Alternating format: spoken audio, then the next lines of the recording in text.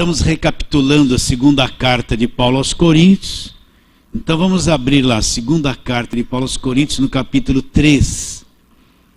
Nesse capítulo 3 nós vamos ler versículos de 1 até o versículo 4. Segunda carta de Paulo aos Coríntios, capítulo 3, versículos 1 a 4. Eu vou começar a leitura. Começamos, porventura, outra vez a recomendar-nos a nós mesmos? Ou temos necessidade, como alguns, de cartas de recomendação para vós outros ou de vós?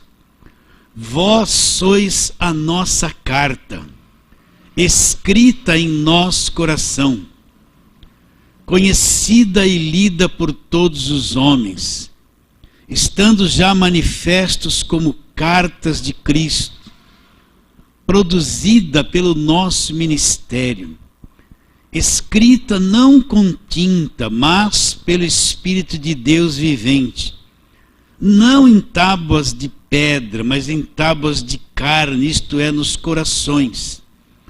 E é por intermédio de Cristo que temos tal confiança em Deus. Continuando. Não que por nós mesmos sejamos capazes de pensar alguma coisa, como se partisse de nós. Pelo contrário, a nossa suficiência vem de Deus. Agora preste atenção. O qual nos habilitou para quê? Para sermos ministros de uma nova aliança. Não da letra. Qual era a aliança da letra? A lei. Mas do Espírito, porque a letra mata, mas o Espírito vivifica. Então, Paulo faz uma pergunta: o que é carta de recomendação, né? O indivíduo vai para um certo lugar, alguém escreve alguma coisa boa sobre ele para ele ser aceito naquele lugar. Você vai ver muito disso na igreja hoje. O indivíduo vai sair de uma igreja, vai me dar uma carta para me apresentar para a próxima igreja que eu vou entrar, né? Carta de recomendação. Então, se ele não teve um bom comportamento, falhou em alguma coisa, não vão dar uma carta de apresentação para ele. Ou então, se ele vai mudar para uma igreja que não é do mesmo ministério, não vão dar uma carta de apresentação para ele. Nós tivemos um caso aqui na igreja, uma família que está aqui, ela veio de uma outra igreja. Então, como é costume desta outra igreja? Aqui não, aqui você é livre para vir, livre para sair. Não precisa pedir a bênção do pastor se quiser ir embora, porque já está abençoado por Deus, não é? Não precisa esse monte de ritual que não existe no Evangelho, existe dentro da burocracia da igreja. Então essa família queria vir aqui para a nossa igreja. E como é costume da igreja onde ele estava, olha, quero uma carta de recomendação. Nós vamos fazer. Quando eles souberam que não era para o mesmo ministério, ou o mesmo nome da igreja que eles faziam parte, eles não deram carta de recomendação para ele. Aí eu falei, está vendo como é como essa burocracia, essa coisa que não é evangelho, mas é costume dentro das igrejas. Então ninguém precisa pedir bênção de um pastor, se um dia quiser mudar de ministério, porque o teu pastor é Jesus Cristo. Ele é Jesus Cristo, né? A pessoa é livre para entrar dentro de uma igreja e é livre para sair. O pastor não é dono da vida dela. Então ela não precisa, vou mudar de ministério, vou lá pedir a bênção do pastor. Aí vai pedir a bênção, é capaz de receber uma maldição, né? A gente vê às vezes amaldiçoando as ovelhas que saem, não é? Não precisa nada disso, não precisa de carta de recomendação para mudar de igreja. O crente é livre, ele tem um pai que é Deus. Então tudo isso é coisa de religiosidade, de costume, de hábitos, de tradição, que não tem nada a ver com o Evangelho. Então Paulo está dizendo justamente isso. Porventura nós precisamos de alguma carta de recomendação, ou de vocês, a nosso favor, ou de nós a favor de vocês? Aí depois Paulo falou uma coisa interessantíssima. Paulo diz o quê? Que eles eram a carta de recomendação. Paulo entrou lá em Coríntios pregou o evangelho, eles acreditaram, e eles, a vida deles, a fé que eles tiveram, o que eles descobriram em Deus, eles passaram a ser uma verdadeira carta escrita pelo Espírito de Deus.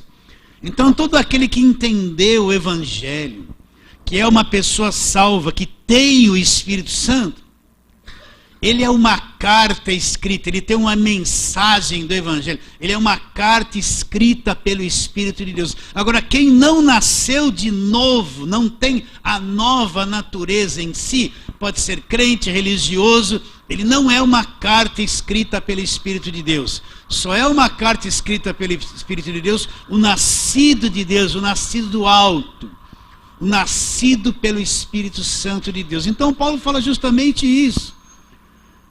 Vós, versículo 2, vós sois a nossa carta escrita em nosso coração, conhecida e lida por todos os homens, estando já manifestos como carta de Cristo. Agora olha lá o que Paulo fala. Produzida pelo nosso ministério, não com tinta, mas pelo Espírito de Deus vivente. Não em tábuas de pedra, mas em tábuas de carne, isto é, no coração. Então, como é que essas cartas lá de Coríntios foram escritas? Paulo diz: produzidas pelo nosso ministério, escritas pelo Espírito de Deus. Então, Paulo foi lá, pregou o evangelho da graça de Deus. Qual era o ministério do apóstolo Paulo? Vamos ver o que ele fala do ministério dele. Vamos lá, Atos capítulo 20. Depois nós vamos voltar aqui para os Coríntios. Qual era o ministério do apóstolo Paulo? Né?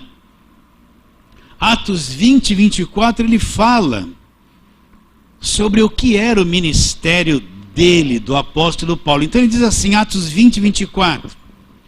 Porque em nada considero a vida preciosa para mim mesmo, contanto que complete a minha carreira, o ministério que recebi do Senhor Jesus. Qual foi o ministério que ele recebeu do Senhor Jesus? Para testemunhar o evangelho da graça de Deus. Vou ler de novo. Qual era o ministério do apóstolo Paulo? Ele responde no versículo 24 de Atos 20. Porém, em nada considero a vida preciosa para mim mesmo, contanto que complete a minha carreira. E o ministério que recebi do Senhor Jesus. Qual era o ministério que ele recebeu do Senhor Jesus? Testemunhar o evangelho da graça de Deus. Então, como os coríntios se tornaram cartas vivas escritas pelo ministério de Paulo? Quando eles ouviram isso que Paulo pregou, o evangelho da graça de Deus. O evangelho da graça de Deus. Então, qual o evangelho que nós temos que pregar, anunciar? O que Jesus Cristo disse? Vai por todo mundo e pregue a toda criatura o evangelho da graça de Deus, que vem através do sacrifício perfeito realizado por Cristo na cruz do Calvário. Então, eu quero ir com vocês lá para o Velho Testamento, que 2 profetas do Velho Testamento, eles tiveram uma visão desse acontecimento. Eles tiveram uma visão da nova aliança. E Deus revelou para eles qual seria a obra no coração das pessoas para que elas se tornassem essas cartas vivas que nós estamos falando. Então vamos lá, Jeremias no capítulo 31. Nós vamos encontrar ali uma coisa interessante. Vamos ler desde o versículo 31. Jeremias 31, 31. Abra aí e leia comigo. Olha, aqui Deus está falando sobre uma nova aliança que Deus faria com a casa de Israel. Então ele diz assim no versículo 31 de Jeremias 31. Eis aí vem dias, diz o Senhor, em que firmarei nova aliança com a casa de Israel e com a casa de Judá. Não conforme a aliança que fiz com seus pais, no dia em que os tomei pela mão para os tirar da terra do Egito. Porquanto eles anularam a minha aliança, não obstante eu os haver desposado, diz o Senhor. Então o que ele diz? Que ele faria uma nova aliança, não como aquela que ele fez com aquele povo que foi liberto lá né, do Egito.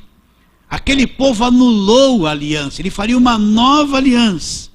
E aí ele diz no versículo 33, porque esta é a aliança que firmarei com a casa de Israel depois daqueles dias, diz o Senhor. Olha bem, um trabalho interior no coração das pessoas. Por isso que a obra de Deus é de dentro para fora. Começa lá dentro de nós. Acontece dentro de nós por revelação. Acontece dentro de nós pelo novo nascimento, pelo encontro com o Senhor Jesus Cristo. É uma obra lá dentro, no interior, invisível, porém real. Ele diz: porque esta é a aliança que firmarei com a casa de Israel depois daqueles dias, diz o Senhor. Na mente lhes imprimirei as minhas leis. Também no coração lhes inscreverei.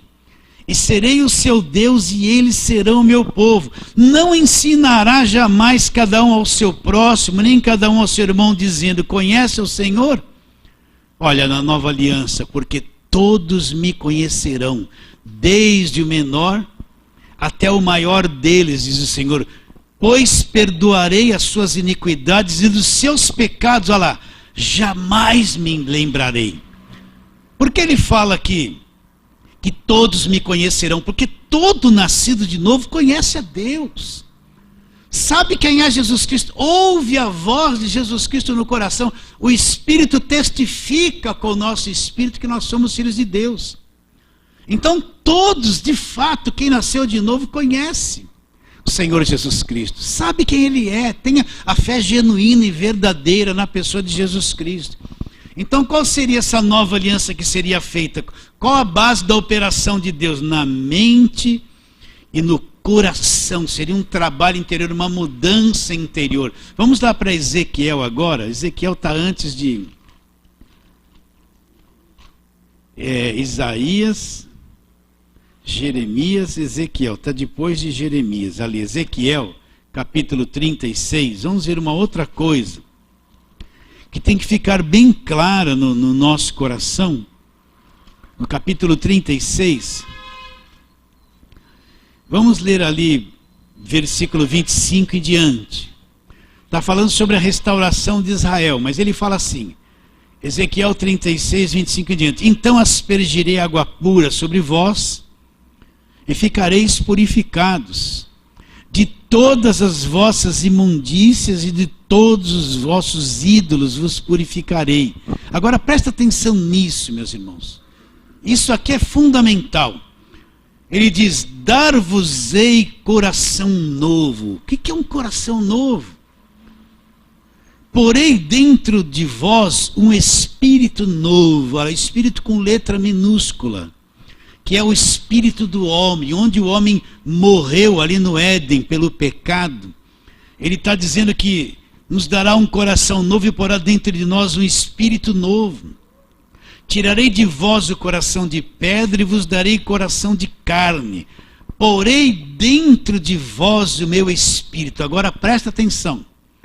E farei, é Deus que vai fazer, não é o meu esforço, não é o meu jejum, o meu desespero. E farei que andeis nos meus estatutos, guardeis os meus juízos e os observeis. Então, o que Ezequiel está dizendo? Que Deus nos daria um espírito novo. Ele nos daria um novo coração, tiraria de nós o coração de pedra, nos daria um coração de carne, né? Poria dentro de nós o seu espírito e Ele é que vai fazer com que a gente ande nos seus estatutos. Então presta atenção.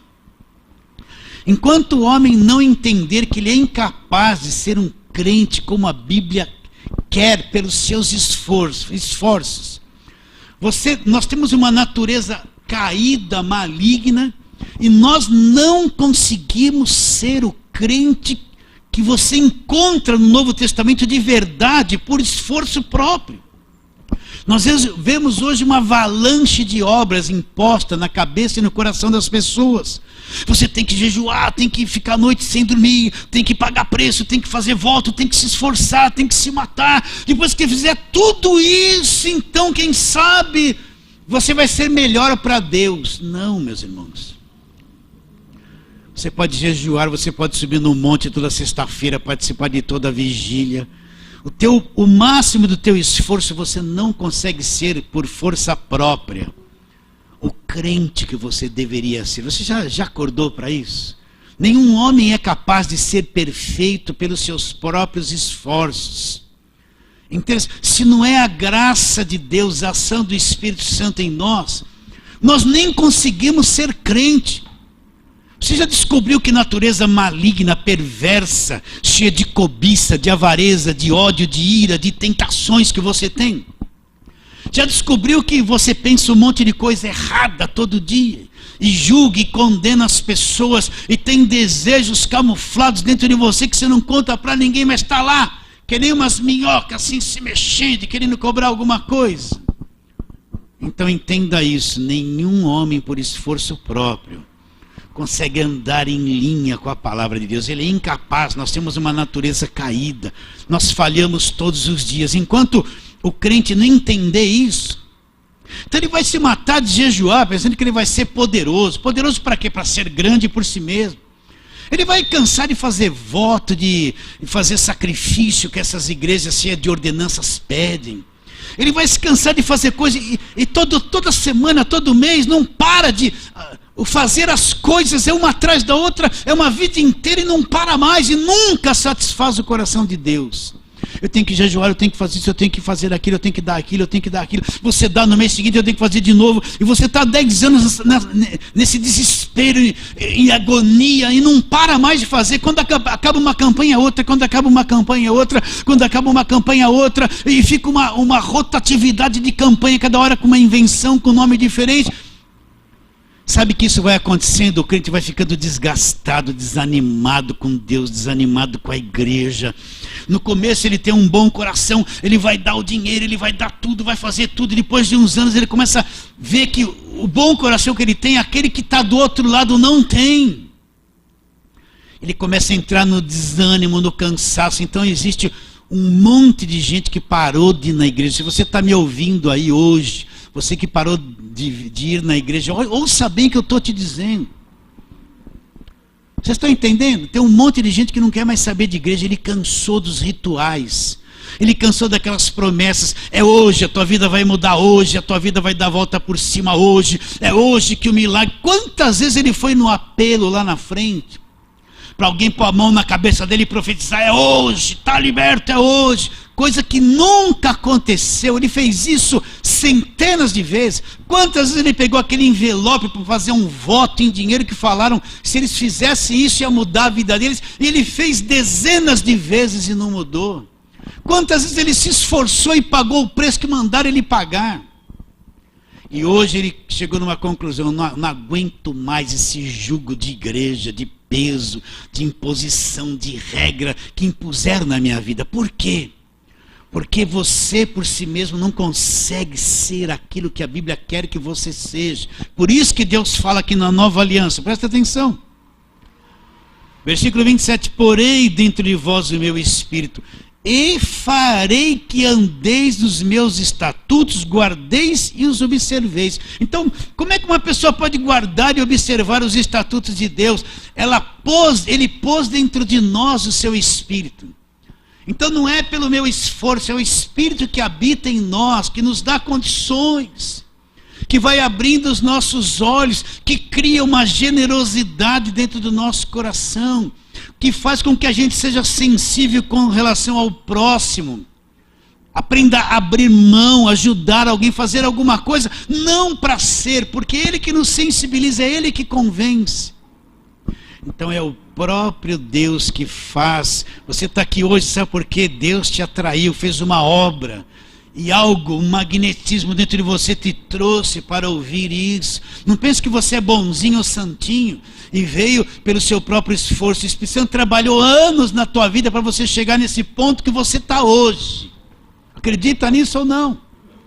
E se você vem à igreja e está com sede da palavra de Deus, não foi você que produziu isso, é o Espírito que habita dentro de você, é que vai acendendo essa sede, vai te revelando, vai abrindo o teu entendimento. É uma obra interior, é Deus que faz a obra pelo seu Espírito. O mérito não é do homem, o mérito é de Deus. Entende isso ou não? É Ele que faz, meus irmãos. É Ele que abre o nosso entendimento. Agora, isso é a obra da nova aliança. Na velha aliança, o homem tem que se matar de fazer. A lei diz assim: não faça isso, não faça aquilo, não, faça isso, faça isso. Então o homem, ele escolhe, ou não faço ou faço. Então ele sai nessa correria. Na nova aliança, Cristo vem em nós, através do seu Espírito, realizar a sua própria obra através de nós. Vocês entendem? Então não é no desespero, é na ação do Espírito em mim, quando eu vou me entregando, que a coisa vai acontecendo. E essa é a verdadeira obra de Deus. Então o que Ezequiel está dizendo? Dar-vos-ei coração novo, porei dentro de vós um espírito novo. Tirarei, Deus vai tirar de nós aquele coração de pedra, aquela coisa endurecida, aquela coisa escura que estava dentro da pessoa, e vai nos dar um coração de carne. Por que ele fala coração de carne? Porque carne é sensível. A carne, um simples toque, você percebe um coração cheio de sensibilidade para as coisas de Deus. Está bem claro isso na sua mente? Então, para a gente chegar e mostrar o que é uma carta que Paulo está dizendo que foi produzida pelo ministério dele. Agora vamos lá.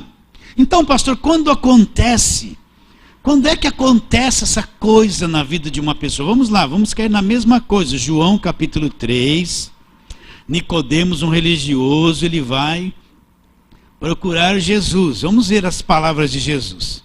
Havia entre os fariseus um homem chamado Nicodemos, um dos principais dos judeus. Este de noite foi ter com Jesus e lhe disse: Rabi, sabemos que és mestre vindo da parte de Deus, porque ninguém pode fazer esses sinais que tu fazes, se Deus não estiver com ele. Olha a resposta de Jesus. A isto respondeu Jesus: em verdade, verdade te digo, se alguém não nascer de novo, não pode ver o reino de Deus. Quem era Nicodemos? Era um fariseu, um dos principais dos judeus, um homem com uma carga enorme de conhecimento do Velho Testamento, que sabia tudo sobre a lei, que era mestre, que ensinava e era um dos principais. Não pensa que chegou a Jesus ali alguém ignorante da lei, que não sabia nada. Ele sabia muito da lei. Então ele vem procurar Jesus e falou: olha, os sinais que tu fazes, Deus está com você. O que Jesus disse para ele? Nicodemos, Jesus não falou assim: Nicodemos, se alguém não nascer de novo, se não acontecer o novo nascimento, essa pessoa não vai ver o reino de Deus. Então o que é o novo nascimento? Não vou explicar sobre a queda do homem, mas quando o homem caiu, ele se tornou pecador, ele morreu por dentro. O espírito humano, aquela semelhança de Deus, aquele sopro que Deus soprou sobre aquele boneco que teve vida, que Deus soprou nas suas narinas o fôlego da vida, o homem passou a ser uma alma vivente, ele também é espírito. Como se uma partícula de Deus fosse posta ali dentro. E o homem foi criado à semelhança e à imagem de Deus. Então quando ele pecou, Deus disse para ele que ele ia morrer. Então quando ele comeu do fruto, ele morreu, mas continuou vivo. Mas aonde que ele morreu, se Deus disse que ele morreria? Lá dentro dele, no espírito dele, aquela semelhança de Deus, aquela parte que tinha comunhão com Deus em espírito, morreu. Então uma grande treva nasceu no coração do homem. O homem perdeu o contato com o mundo sobrenatural. Ficou vazio, destruído. A alma do homem foi atrofiada. A mente do homem foi destruída. O seu mundo emocional foi destruído. O corpo passou a ser o corpo do pecado. Por isso que esse corpo morre. O homem foi espírito, alma e corpo destruído. Ficou deformado. Morreu espiritualmente. Isso que é ser pecador. Então o homem perdeu o contato com o mundo invisível de Deus. Ele passou a ser um ser voltado para as paixões do corpo. A alma ficou escravizada pela carne. O homem passou a ser escravizado pelo mundo visível. Perdeu o mundo sobrenatural.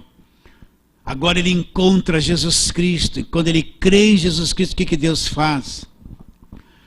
Deus faz ele nascer de novo. Onde que ele nasce de novo? Dentro dele. Dá um espírito novo. Aquilo que Ezequiel falou. Dar-vos-ei espírito novo. Aonde o homem morreu, agora que ele crê em Jesus, é salvo, vem o Espírito Santo e gera dentro dele um espírito novo. Então o homem nasce de dentro, acontece dentro dele, ninguém vê. Não é uma questão de quantas vezes ele veio na frente, obedeceu apelo. Às vezes ele obedece 10 apelos e não nasce de novo. Nunca teve encontro com Jesus. Então, quando ele nasce de novo, ele é conectado no mundo, ele recebe esse espírito novo. Ele é conectado de novo com o Wi-Fi de Deus, né? E aí a Bíblia fica viva, Deus é real, Jesus é verdadeiro. Ele não cria nada disso antes, agora que nasceu de novo, conectou-se na internet de Deus. Recebeu um espírito novo. Se não acontecer isso dentro do homem, ele não vê o reino de Deus. Então hoje as igrejas estão infestadas de gente que vieram com essa proposta. Vem aqui, que você vai ficar rico, você vai ter casa, você vai ser do vermelho, você vai encontrar o marido, vai encontrar a esposa, você vai prosperar, você vai dar a volta por cima. Então as igrejas estão lotadas de gente que nunca nasceu de novo. Os que pregam isso também não nasceram, porque se nascessem de novo teriam que pregar o evangelho. Então você vê as igrejas lotadas hoje. Essas pessoas estão atrás do quê? De dinheiro, de casa própria, de troca de carro, que o comércio vai bem, que a vida melhore, porque eu quero arrumar um casamento, porque essas são as promessas, né? Sim ou não?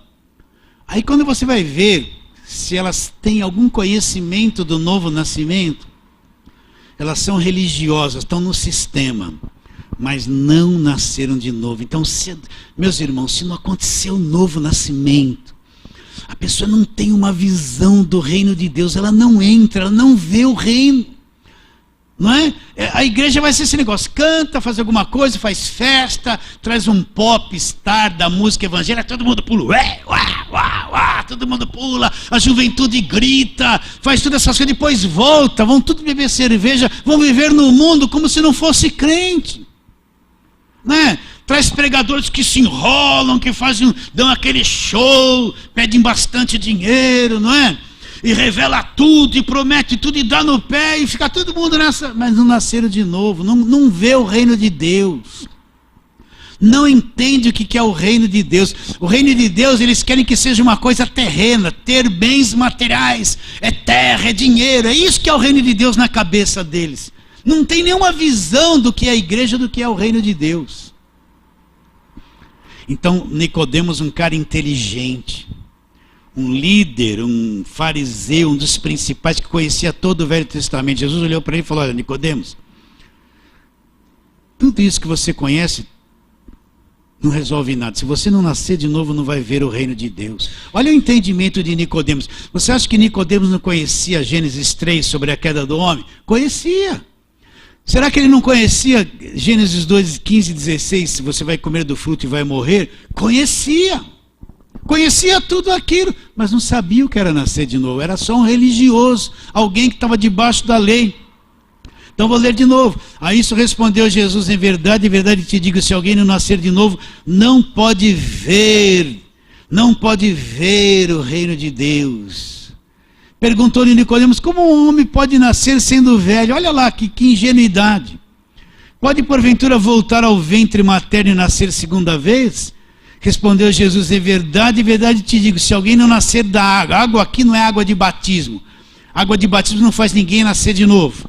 Isso aqui é água, a palavra. Lá em Efésios 5, depois do versículo 23, Paulo fala: lavagem da água pela palavra. Palavra é a água aqui.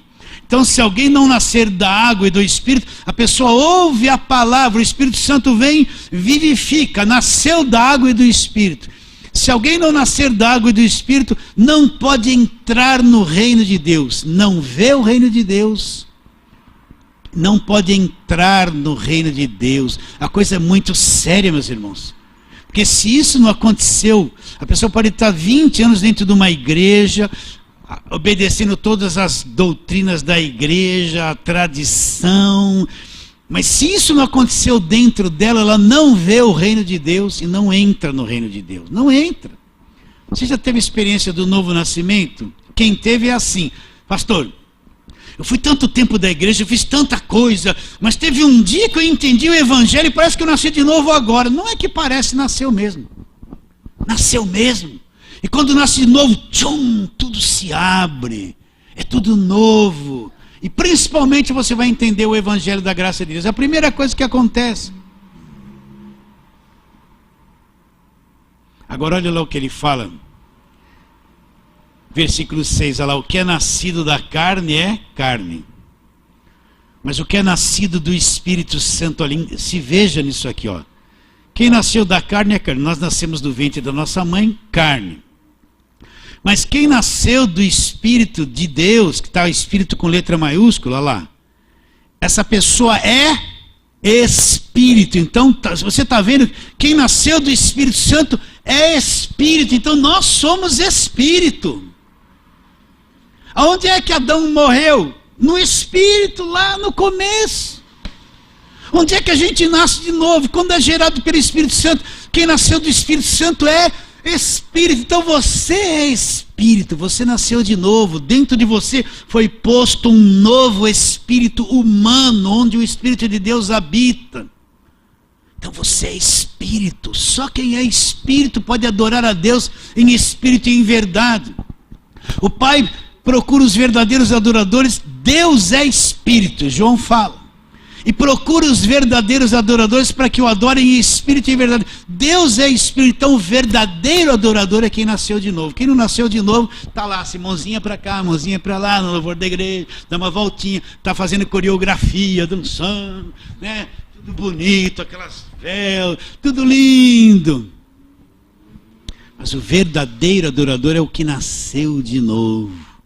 O Pai procura os verdadeiros adoradores. O que é a mulher samaritana, para quem Jesus disse isso, entendia a respeito de adoração? Ela chegou para Jesus e falou: olha, nossos pais dizem que nós temos que adorar no monte. Vocês, judeus, dizem que tem que adorar em Jerusalém. Que Jesus disse para ela: vocês adoram o que vocês não conhecem.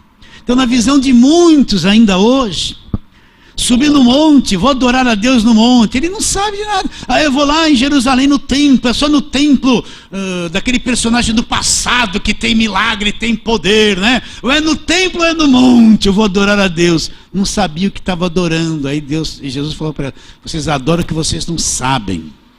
Vocês não sabem o que vocês estão adorando. Deus é Espírito e os verdadeiros adoradores, não é questão de monte nem no templo, vão adorar a Deus em espírito e em verdade. Então, olha lá, o que é nascido da carne é carne. Mas quem nasceu do Espírito Santo? Quando é que eu nasci do Espírito Santo? Recebi Jesus como o único e suficiente Salvador de verdade. A palavra da verdade chegou a mim, eu acreditei. O Espírito Santo veio e gerou dentro de mim esse novo Espírito. Eu nasci do Espírito, agora sou Espírito. Então você é muito mais que esse corpo que está aí. Você é Espírito. Será que entende isso? Você entende isso ou não? Sim ou não? Então quem é a carta viva que Paulo está dizendo que foi gerada pelo ministério dele? São aqueles que nasceram de novo, foram gerados pelo ministério da graça de Deus, pelo Evangelho, nasceram do Espírito. São cartas vivas. Todos aqueles que nasceram de novo, você é uma carta de Jesus, você tem uma mensagem do Evangelho para falar. Você tem algo dentro de você aí, você é uma carta escrita. E quanto mais você vai entendendo sobre o Evangelho, mais o teu conteúdo, o teu depósito vai aumentando e você vai ter uma mensagem viva para passar para as pessoas. Essa carta foi produzida pelo ministério de Paulo. E qual era o ministério de Paulo? Nós lemos lá em Atos 20, 24. O ministério de Paulo, ele diz: testemunhar o evangelho da graça. Evangelho da graça de Deus. Agora, vou fazer uma pergunta para você. Existia novo nascimento no Velho Testamento? Não. Ninguém do Velho Testamento nasceu de novo. Tudo era pelo esforço, pelas obras da lei. Ninguém nasceu de novo no Velho Testamento. Por que ninguém nasceu de novo no Velho Testamento? Porque o sangue de animais não resolvia o problema do pecado. Ninguém conseguia cumprir a lei. Os sacrifícios que eles faziam tinham que ser feitos todo ano. Qual era a base da aliança do Velho Testamento? Sangue de animais, de bodes, de bezerros. Não removia o pecado. Era uma prática imperfeita, que não resolvia o problema do pecado do homem. Então por que só existe novo nascimento na nova aliança, no Novo Testamento? Porque Cristo veio, o verdadeiro Cordeiro veio, morreu na cruz e derramou o sangue eterno, o sangue da nova e eterna aliança, o sangue perfeito, e removeu os pecados definitivamente. Então agora, depois do sacrifício da cruz, da remoção dos pecados, depois de ele ter levado tudo que pesava sobre nós na cruz, ele nos libertou da lei. Então agora no Novo Testamento, nós estamos num nível muito superior ao Velho Testamento. Que agora no Novo Testamento, depois de Jesus paga o preço dos pecados, os pecados não era pagamento dos preços dos pecados no Velho Testamento, porque o sangue de animais não resolvia nada, era uma sombra, não resolvia nada. Aquilo era um ritual que não parava mais. Não fazia o que Cristo fez na cruz. Por isso que ele veio, o Cordeiro de Deus que tira o pecado do mundo, e na cruz ele removeu mesmo o Cordeiro de Deus que tira o pecado do mundo. Então agora no Novo Testamento nós nascemos de novo. Por isso que a nova aliança é muito superior à velha aliança. Nós não estamos no Velho Testamento, não anulamos o Velho Testamento, mas Cristo na cruz cumpriu e nos libertou da velha aliança. Não somos nós. O próprio sangue da cruz fez isso. Estabeleceu uma nova aliança no sangue dele. Então, o novo nascimento é só coisa do Novo Testamento. Não tem no Velho Testamento. Então, nós estamos numa aliança muito superior, muito acima daquilo que os irmãos do passado fizeram. Agora você pega a igreja hoje e volta para o Velho Testamento, só fica fazendo as campanhas e os votos e pregando as mesmas coisas do Velho Testamento. Para o povo do Novo Testamento fazer aquilo, a igreja sai da graça e entra debaixo da lei de novo, se desliga de Cristo para voltar para a velha aliança. Está lá em Gálatas essas coisas que eu estou te falando. Está bem claro isso na sua mente? Então vamos mostrar agora a nova aliança, onde existe o novo nascimento, onde se cumpriu o que Ezequiel 36 disse: vou dar um coração novo, vou pôr dentro da pessoa um espírito novo. Vamos lá, Hebreus capítulo 7.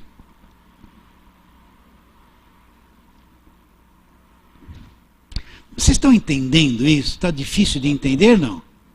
Está indo bem? Então vamos lá, Hebreus, capítulo 7. Vamos encontrar essas coisas lá.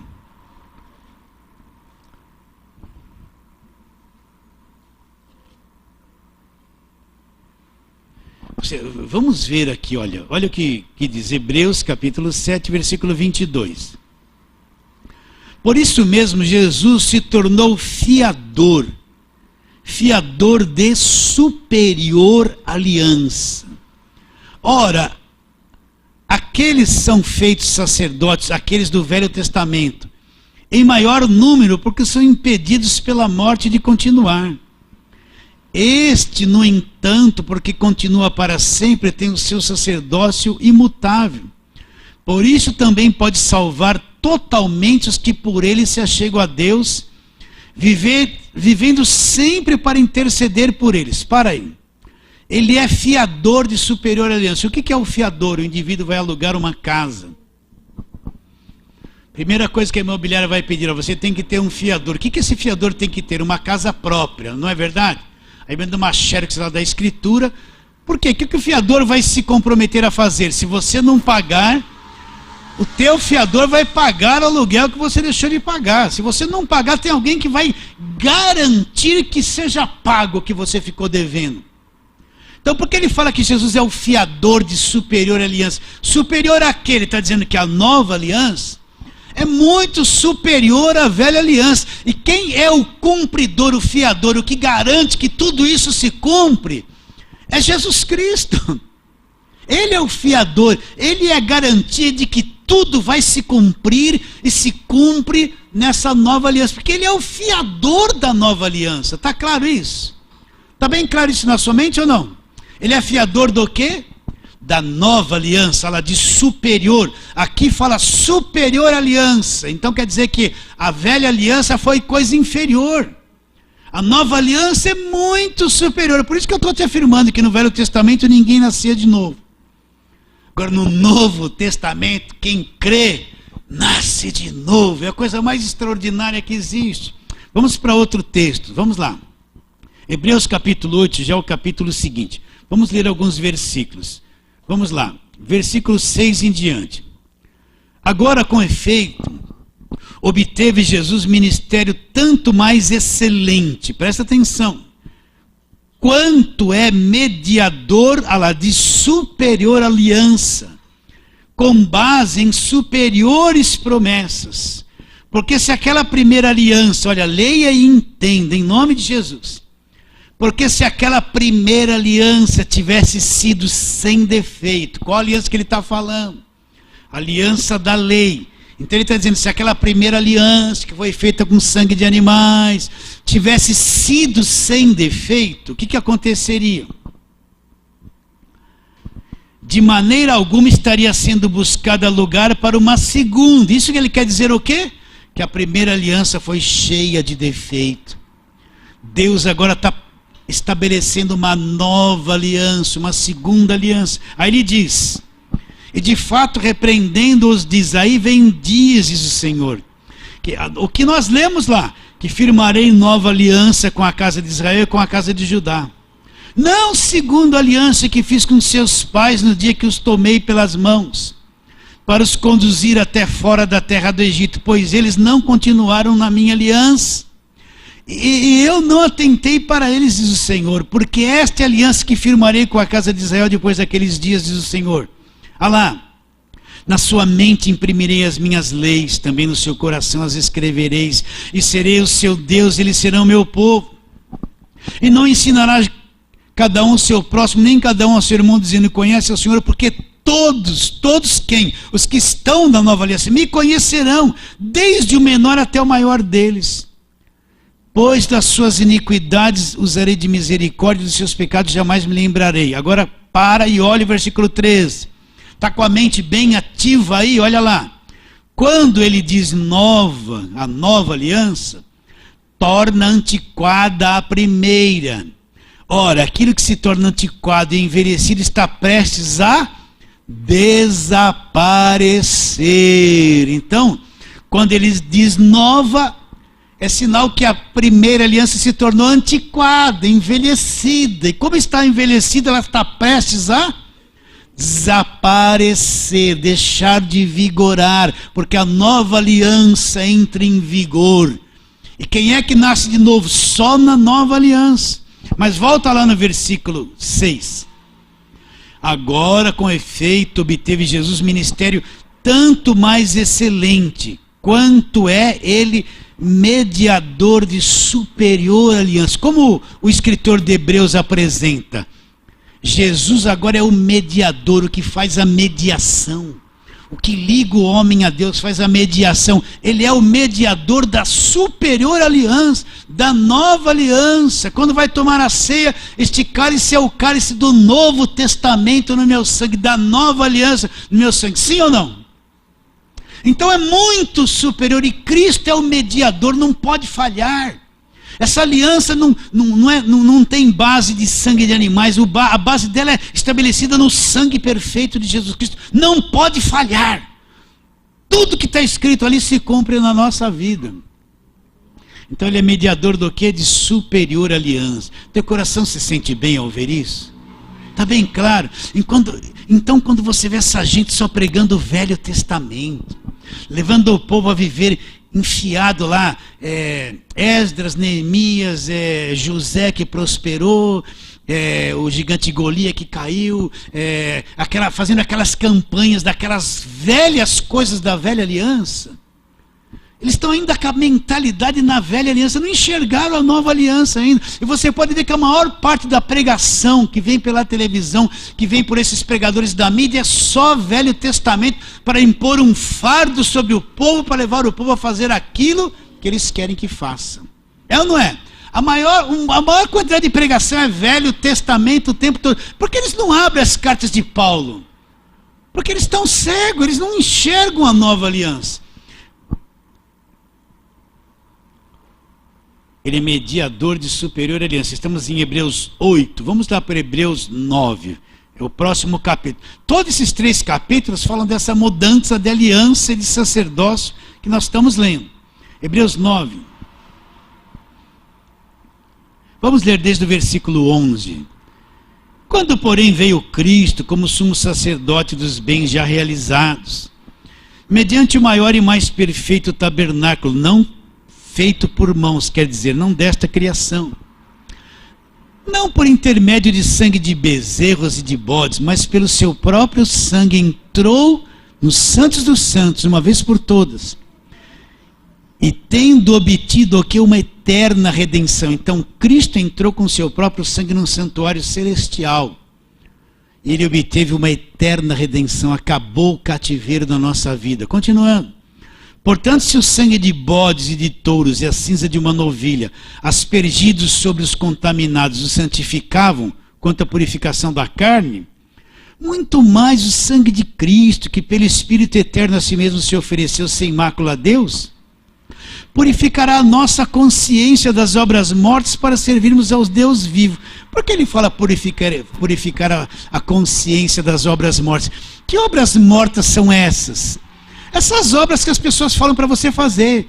Tem que jejuar muito, tem que fazer voto, tem que fazer vigília, tem que subir do monte, tem que descer do monte para ser liberto, para ser salvo, para as cadeias quebrar, tem que ir toda sexta-feira no culto de libertação. Então, eles pensam que esse esforço deles é que liberta eles, e só Cristo é o que nos liberta. São as obras mortas. Eles fazem, se matam de fazer. É tudo coisa morta, não resolve nada. Porque ele fala purificar a consciência. Então quem está debaixo dessas obras mortas, ele é cheio de acusação na cabeça. Toda hora parece que ele está devendo alguma coisa para Deus.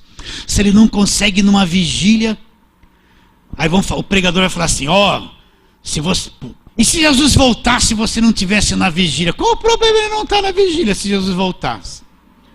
Não é? São aquelas pessoas, ai meu Deus, eu falhei num dia da campanha, a consciência dela está acusada, está amargurada, como se Deus tivesse voltado as costas para ela, porque ela está tão dominada pelas obras mortas. E se eu não fui no culto na segunda, na terça, na quarta e na quinta? Ai, eu estou devendo alguma coisa para Deus. E se eu não dei o dízimo? Ai, o devorador vai me pegar, eu estou arrasado, eu vou para o inferno porque eu sou ladrão. A consciência dessa gente que está debaixo de lei está cheia de acusação, de condenação o tempo todo. E os pregadores que estão com a consciência assim, quando eles pregam, eles só descem o rei e condena todo mundo na igreja. O que você está fazendo para Deus? Olha o cajado de Jeová, olha a mão de Jeová, olha o jugo de Deus, Deus vai pesar a mão, e plá, Deus vai descer o cajado nessa gente. Não é isso que eles fazem? Sai todo mundo aterrorizado de dentro da igreja. Por quê?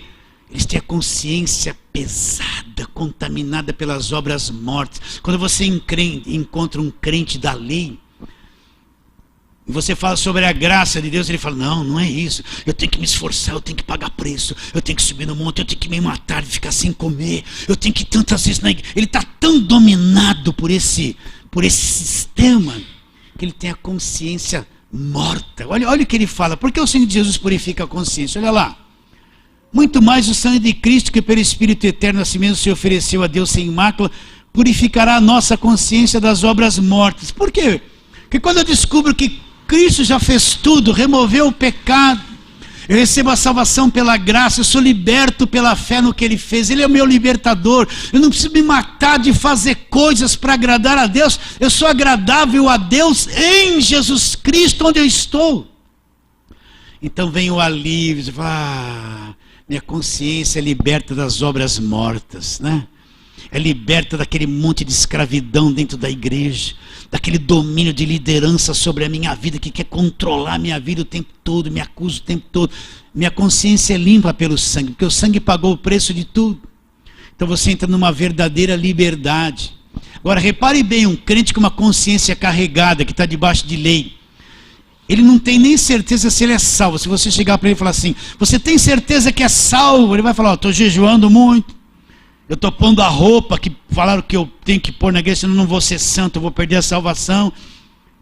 Ele está com a consciência pesada de obras mortas. Vocês entenderam isso ou não? Entenderam ou não? Continua a leitura. Versículo 15. Por isso mesmo ele é mediador. Mediador do quê? Da nova aliança, a fim de que, intervindo a morte para a remissão das transgressões que havia sobre a primeira aliança, por isso que ele teve que morrer, para ele remir, libertar-nos da condenação que havia sobre a primeira aliança. Recebam a promessa da eterna herança aqueles que têm sido chamados. Então, olha o versículo 15 de novo. Por isso mesmo ele é o mediador da nova aliança, a fim de que, intervindo a morte para a remissão das transgressões que havia sobre a primeira aliança, recebam a promessa da eterna herança. Quem que vai receber? Aqueles que têm sido chamados. Então, ele é apresentado de novo como mediador do quê?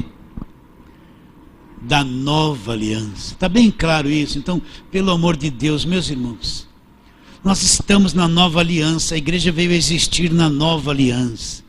Nós somos o povo do Novo Testamento. A nossa doutrina, o nosso ensino é as cartas escritas para a igreja da nova aliança. E tudo que está escrito ali é aquilo mesmo que é verdade. Porque tudo aquilo vem pela graça de Deus trazida por Jesus Cristo. Está bem claro isso? É aí onde nós vivemos e temos essa grande liberdade. Agora vamos para o capítulo 10. Olha, desde o capítulo 8, 9, 10, ele está mostrando o fim da velha aliança e a nova aliança em vigor. Olha o que ele fala. Versículo 1, capítulo 10 de Hebreus. Vocês têm paciência para mim passar um pouquinho mais do horário? Tudo bem? Então olha o que ele diz.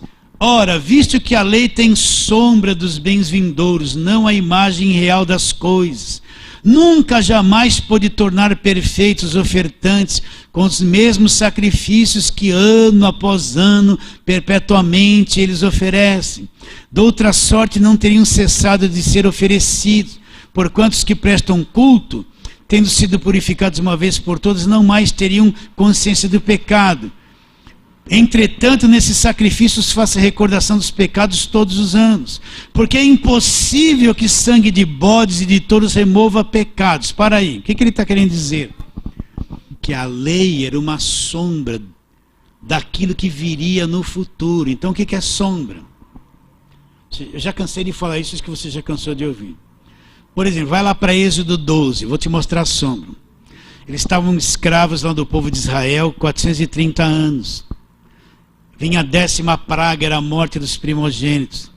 Então Deus falou, olha, cada família pega um cordeiro, fica com roupa de viagem, cajado na mão, e vocês vão pegar esse cordeiro, matá-lo, não vão quebrar nenhum osso dele, vão passar o sangue dele nos umbrais e na verga da porta, vocês vão comer a carne desse cordeiro assada no fogo lá dentro da casa, com roupa de passeio, de viagem, vocês vão comer com ervas amargas e pães asmos.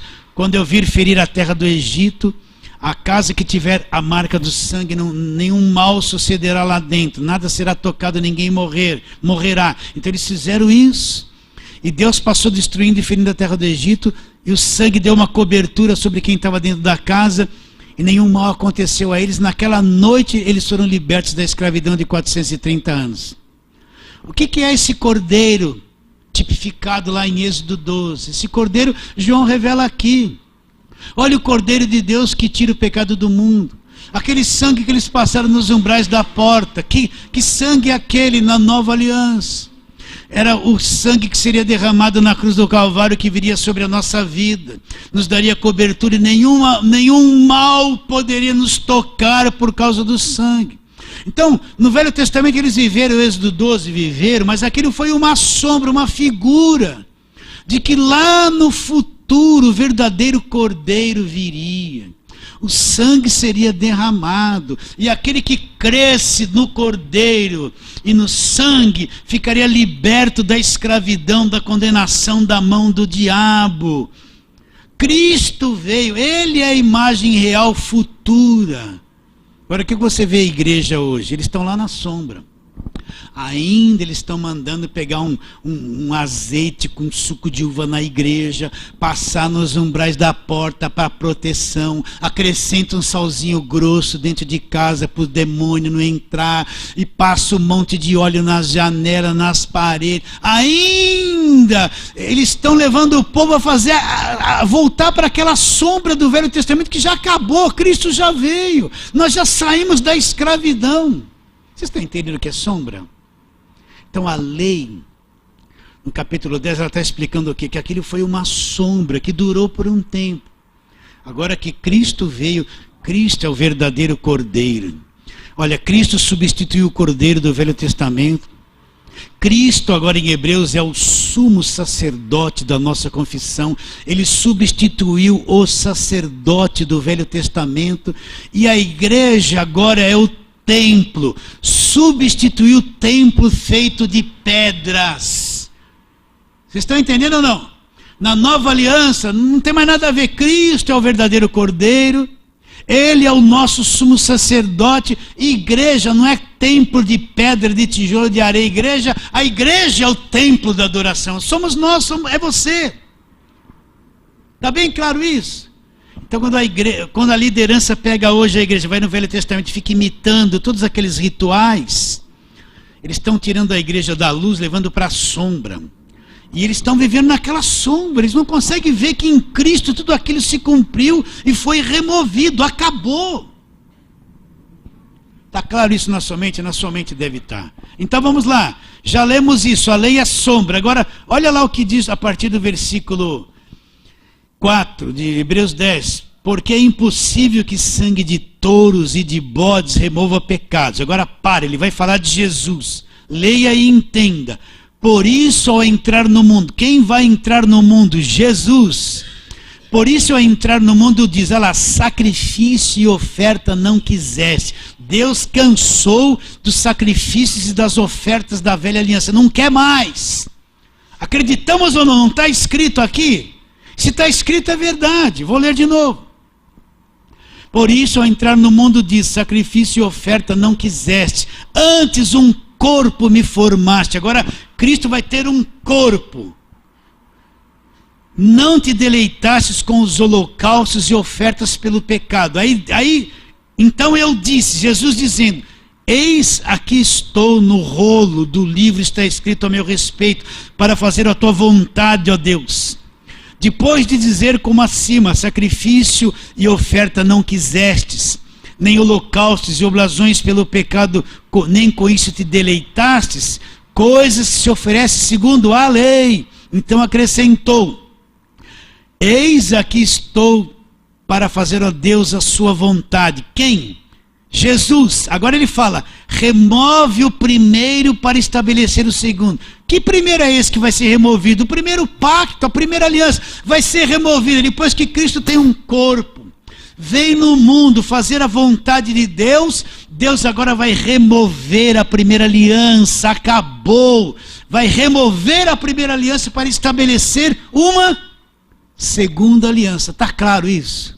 Não está escrito isso? Porque essa turma da televisão não explica isso explicitamente num sábado, 1 hora de explicação sobre isso. Porque isso está escondido e ninguém prega. E tem que pregar, isso aqui é o evangelho. Por quê? Essa é a pergunta, por quê? Então vou ler tudo de novo. Versículo 4. Porque é impossível que sangue de touros e de bodes remova pecados. Por isso ao entrar no mundo diz, quem vai entrar no mundo? Jesus. O que ele diz? Sacrifício e oferta, tudo aquilo que se fazia no Velho Testamento. Não quisestes.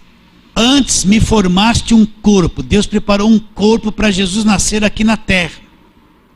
Não te deleitasses com os holocaustos e oferta pelo pecado. Então eu disse, Jesus dizendo, eis aqui estou. Lá no Velho Testamento, no rolo do livro, está escrito a meu respeito. Para quê? Para fazer, ó Deus, a tua vontade. E depois de dizer como acima, sacrifício e ofertas não quisestes, nem holocaustos e oblações pelo pecado, nem com isso te deleitaste, coisas que se oferecem segundo a lei. Então acrescenta, eis aqui estou para fazer, ó Deus, a tua vontade. Jesus falando, remove o primeiro pacto, remove a primeira aliança para estabelecer a segunda. Nessa vontade, que é a vontade de Deus, é que temos sido santificados, mediante a oferta do corpo de Jesus uma vez por todas. Então, o corpo de Jesus foi a oferta, que pagou por tudo. Lá ele tomou as nossas iniquidades, os nossos pecados, e concluiu o sacrifício perfeito a nosso favor. Então nós saímos da sombra, saímos da lei. Agora, por que eu estou dizendo tudo isso? Para você entender que é só no Novo Testamento que existe o novo nascimento. Essas cartas que Paulo essas cartas escritas pelo ministério de Paulo, cartas vivas que Paulo disse ali, são os crentes que creem em Jesus Cristo, gerados pelo Evangelho, e passam a ser cartas escritas pelo Espírito de Deus. Vamos voltar lá. Vamos voltar lá, 2 Coríntios. Vamos terminar onde nós começamos. 2 Coríntios capítulo 13. Vou ler desde o versículo 1 de novo, os 4 primeiros versículos. Começamos porventura outra vez a recomendar-nos a nós mesmos? Ou temos necessidade, como alguns, de cartas de recomendação de vós ou para vós outros? Aí Paulo fala, vocês são a nossa carta escrita em nosso coração. Vocês que são a carta escrita, conhecida e lida por todos os homens.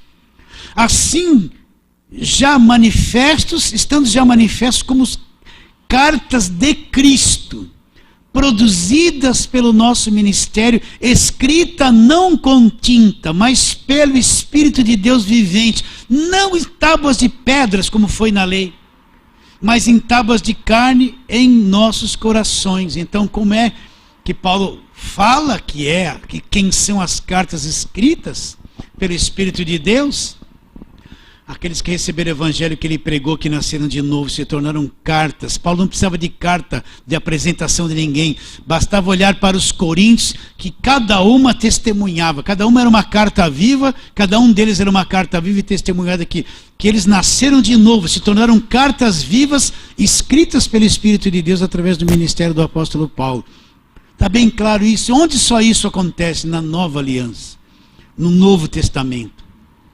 Na semana que vem, nós vamos terminar aqui, na semana que vem nós vamos falar isso aqui, ó. Versículo 6. O qual nos habilitou para sermos ministros de uma nova aliança. Não da letra, mas do Espírito, porque a letra mata, o Espírito vivifica. Então Deus nos habilitou para sermos ministros de quê? Da velha aliança? Não, da nova aliança. Então o pregador do Evangelho não é um ministro do Velho Testamento. Ele é o ministro da nova aliança, do novo. É isso que nós temos que pregar para as pessoas. Está bem claro, queridos? Vocês entenderam isso direitinho? Então tá bom. Então vamos terminar aqui. E na semana que vem nós vamos continuar esse texto aqui. Fala assim, amém.